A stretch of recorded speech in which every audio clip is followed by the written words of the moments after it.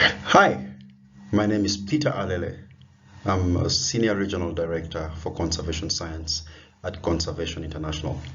And today we are going to discuss partnerships and linkages in monitoring and assessment, mostly in the context of the GEF Food Security Project, the regional program that is being implemented in 12 countries in Africa. In today's discussion, we'll look at first the definition of partnerships, and then have a brief discussion on policy context of partnerships, the activities for partnerships, the benefits that come with it, and then we'll discuss potential partners and some rather specific examples of those that we encounter in the region, and we'll round that off with some hindrances that you might encounter in your partnership engagement. So let's start. So what is partnership? In this context, partnership is working together with other parties engaged in the same activity. And in our goal for mostly component 3 of this program, it's tracking, monitoring, and assessment of conditions affecting food security. So that's those are the activities, and we work together with other parties that are engaged in those activities. In a broader context, a successful development agenda requires inclusive partnerships. You need to bring everybody, anyone, any stakeholder, anyone that is involved in the same activities, in attaining the same goals that you want to attain, should be included. And so you look at this from all scales. You look at this at the global scale, regional scale, national and local levels. And this is built majorly upon principles and values of a shared vision and shared goals that places people at the center of our efforts, at the center of our interventions. Okay? All right. And just to lay the policy context for that is the Sustainable Development Goals actually confirms that partnerships is indeed important for attaining any development agenda. And so the SDG 17 was dedicated to partnerships. SDG 17, the Sustainable Development Goals, is to strengthen the means of implementation and to revitalize the global partnership for sustainable development. So the agenda is basically characterized by multi-stakeholder perspectives, engagements, bringing all parties together, bringing everyone together so that everyone contributes, everyone puts their resources on the table to attaining all of the goals. It's a well-known fact that with the scale of work, the scale of need, the scale of the tasks that we need to have impact on the SDGs, on the kind of work that we do, on a regional scale, requires a concerted effort. Everyone, people bringing their hands together and their hearts together. So you have government partners, the private sector, the civil society, and everyone involved in striving towards attainment of those goals. There's something that was set up following the SDGs called the Global Partnership for Sustainable Development Data. This SD data brings together partners against stakeholders, more than 150 data champions, harnessing the data revolution for sustainable development. This majorly came after technocrats and people, development partners, realized that without a data revolution, the SDGs might actually not be achieved, especially in the developing nations.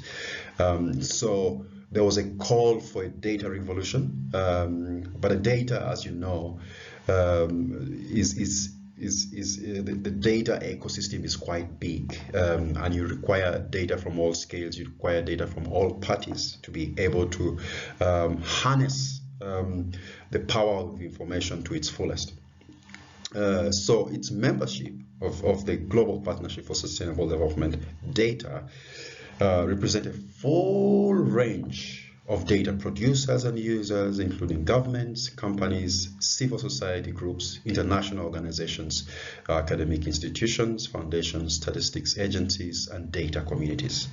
So a whole lot of people are coming together right now to basically produce and digest and apply as much of the information that we can gather as possible. So back to our work then. What are the specific activities for partnerships in monitoring and assessments? You know that we need the data, we need the information, and we need it at all scales. So given the fact that the data, the information is being produced from different sources, it's important first to standardize our indicators. What are we measuring? Are we measuring it the same way, basically? So it's important to standardize how we measure what we decide to measure, so that we have these indicators, similar across board, all parties, all partners, and to ensure that partners are actually measuring or capturing the same information. Secondly, it's important to share tools for data collection and analysis, that you use similar tools, similarly effective tools that give us the results, the desired outcomes that we want. Data collection and analysis is also critical. That's perhaps one of the challenging areas. The differences in capacity between partners and contributors of data, as well as the users of data, is often a challenge. But it's also important to reshare reports, to reshare the outcomes of our research and the data that we are collecting, have that available as much as possible. And we see a movement now towards open source data, open source information that everybody can have access to. And that also fits into knowledge sharing, that you're able to share knowledge, share information, share experience, and share your methods, share your tools, and make sure that all of this capacity is freely available and accessible by everyone. And what are the benefits of these partnerships and linkages? The first benefit, of course, is going to be that it bridges capacity gaps in knowledge generation and use. Not all institutions, not all stakeholders, not all parties have the same capacity. And so when you partner and you create linkages between institutions and parties, you are actually bridging that gap in knowledge and information generation. Secondly, you increase visibility. It's important to have information and data, but if it's not known that it exists, it becomes not applied. It's not useful. So its usefulness is only demonstrated when it is actually applied, and it causes positive change and is used towards the work that we intend to use it for. It's also important to do that because it benefits a wider use of knowledge and validation of results. Wider use of knowledge is mainly important, in sharing experiences, cross project, cross site, cross country learning and knowledge sharing. It's extremely useful in this day and age now to be able to share experiences. And so these partnerships and linkages do exactly that. They create that opportunity for us to share knowledge, but also to validate our results. If people from another area, people from another site, people from another institution look at our results and look at it and see the context from which it was, we did the assessments and we did the monitoring. We are able to look at the methods and compare the efforts from different areas. And so partnerships helps us to validate results, but it also promotes evidence-based decisions. One of the biggest challenges right now in policies across the world is that people are still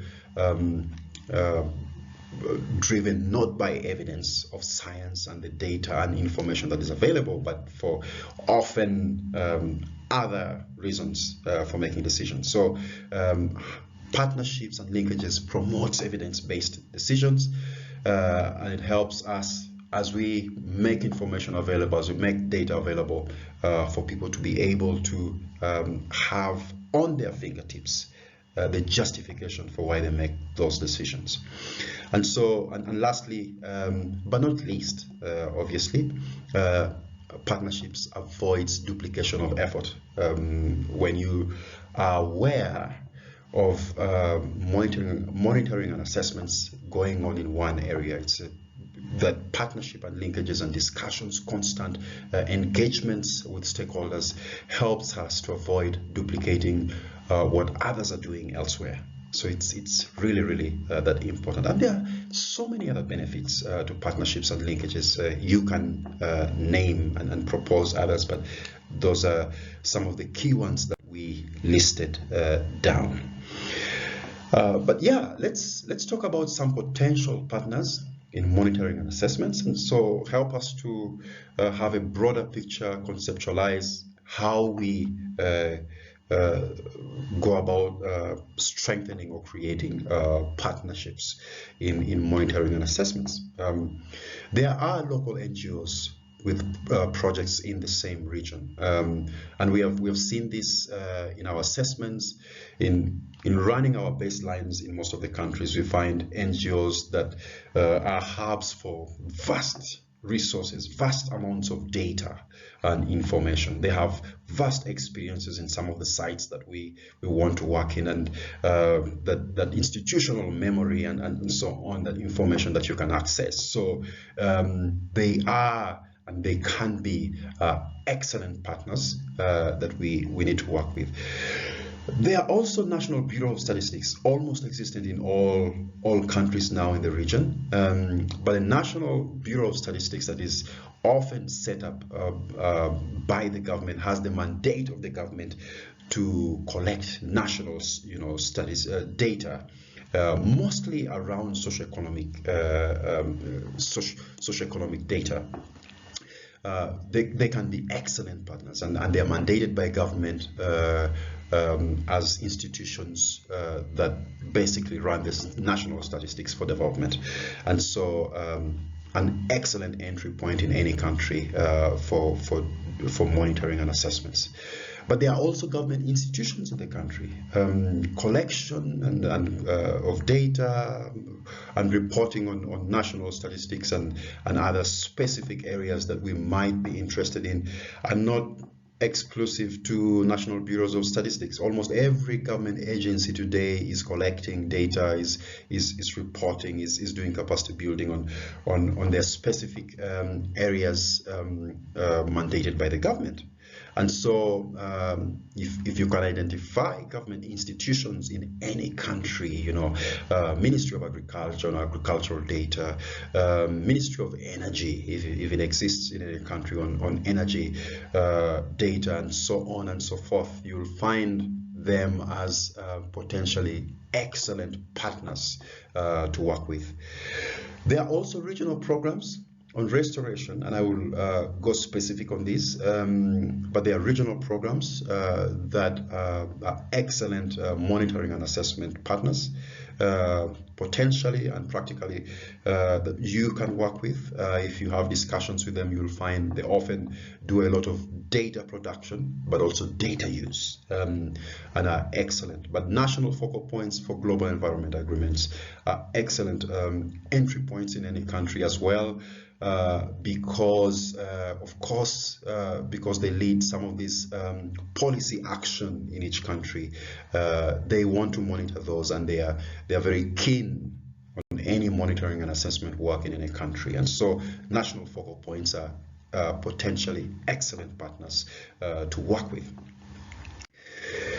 But yes, and just to name a few institutions we have worked with in the past, and specifically for the Regional Food Security Program, there's NEPAD that is working excellently and doing lots of data production in their programs, but also data use and application. So these are regional programs and bodies that are relevant to us.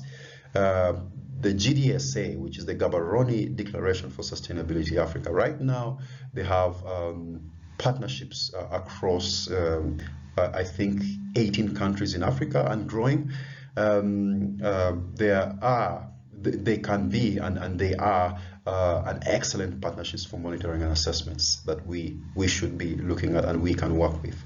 The AFR 100, a commitment, and will go into some specific mandates discussion of the GDSA and the AFR 100, the GGWSSI, the DryDev, the Greening Africa are all potential regional programs that we can work with for the Regional Food Security Program. The Evergreening Alliance, the Global Evergreening Alliance, which is an excellent partner doing excellent work and growing in the Africa region. The AFF and other, data sources and data users in the region are all excellent partners that we should be looking at. But others, the regional political bodies, ECOWAS, East African Development Community, COMESA in the region, that are people that are regional programs that we would want to work with in our monitoring and assessments work. But yes, within Conservation International, we also have a number of programs, and I've placed the links there. Check out Vital Science. I lead the Vital Science program.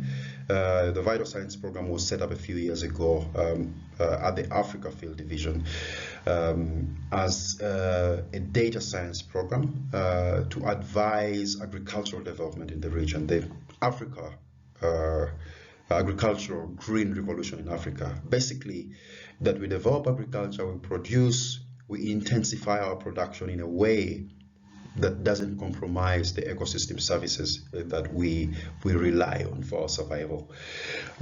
Check out the Vital Science website. You can access plenty of data there, but it's also an open source data developed by Conservation International that you could use to help provide additional data that you might need for your sites in your monitoring and assessment work. Likewise, we have the Resilience Atlas, developed also by Conservation International.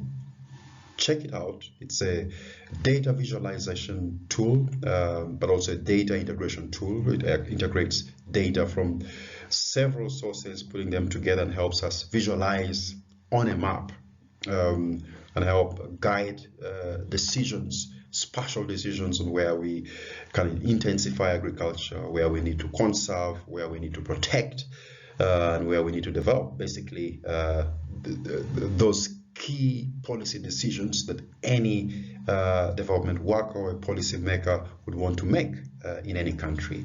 Check them out. We have done that.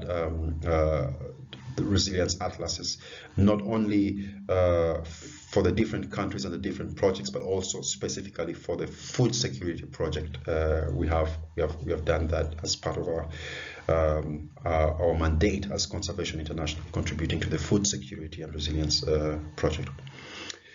We have trends.af, and I believe both the Resilience Atlas and the trends.af, you check out the trainings that we are doing. We are training extensively on this, and you can learn more about how to apply these tools in your day-to-day monitoring and assessments engagements.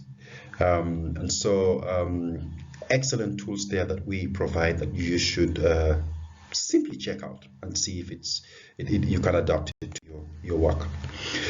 So let's go to some specific examples on some potential partners in the region, and we'll just highlight a few. I'm sure in your work out there, in your daily engagements, you've encountered a few partners. But yes, let's start off with the AFR 100. That set out to restore more than 100 million hectares of land in Africa by 2030. It was their initial commitment at the AFR 1 signing off. It was set off after the Paris Agreement at a side event. Since then, that commitment has grown. I think it's surpassed more than 120 million hectares. But the question is, where are you going to get 120 million hectares of land in Africa, and how are you going about restoring such an ambitious target? So it's all about increasing tree density and improving vegetation cover. How do we do that in Africa? And so I think with the ambitious work that the AFR 100 is doing in Africa, I think they're potentially a very important partner in this work, and we should be checking them out as not only a producer of data, but also a consumer of the work, the monitoring and assessment work that we are doing. Secondly, we have as promised, the Gaborone Declaration for Sustainability in Africa, a commitment that was made by a number of African countries, basically to promote sustainable development by incorporating the value of natural capital into economic development, into policy. So what they basically do is, doing assessments, physical and economic valuation of natural capital as required, as it's a critical capacity need in many of the governments, many of the countries that we have in Africa, and as the interest grows, we still have within our food security project just Uganda, Kenya, Tanzania, and Ghana. But we hope that that number will change soon. But at this stage, I think, as an example, the GDSA is an excellent partner that we should be working with, and it just demonstrates how important monitoring and assessments is to our daily work, our daily policy ambitions. The third example is a local institution, a local partner like the Ethiopia Institute of Agricultural Research. And we know very well that in Africa, in almost any country, you will find an institute, a research institute. You will find many agricultural research institutes in each country. Such institutes are hubs for data collection, research, but also hubs for data use. The Ethiopia Institute of Agricultural Research, their goal basically is to improve livelihoods of all Ethiopians engaged in agriculture, agro-pastoralism, and pastoralism through research. So, well, they work within Ethiopia, but basically their relevant measures, technologies for improving agricultural production. So if they are focusing on improving production, improving agriculture, and ensuring that it's done sustainably, they definitely are a partner if you're working in Ethiopia to reach out to, look at what they have and some of the approaches they have in monitoring and assessments, but also see them as a potential to use some of our products from our monitoring assessment work that we do. So check them out if you're there and you think they're relevant. We have mentioned the National Bureau of Statistics, and I'll give a specific example of the Nigeria National Bureau of Statistics. This is a typical Bureau of Statistics for any country in the region. I think most countries have this Bureau of Statistics, but in Nigeria, their goal is to provide statistical information to guide sustainable development. It's nationwide. They are well known for the national population census that happen periodically in any country. So population data and socioeconomic data on income, food prices, household expenditures, standard of living and integrated household agricultural surveys are what you expect from a National Bureau of Statistics. So the one in Nigeria, for instance, can be a key partner that if you're going to work in Nigeria and you want any data, especially related to populations and socioeconomic data, it certainly helps to reach out to them and see what they have.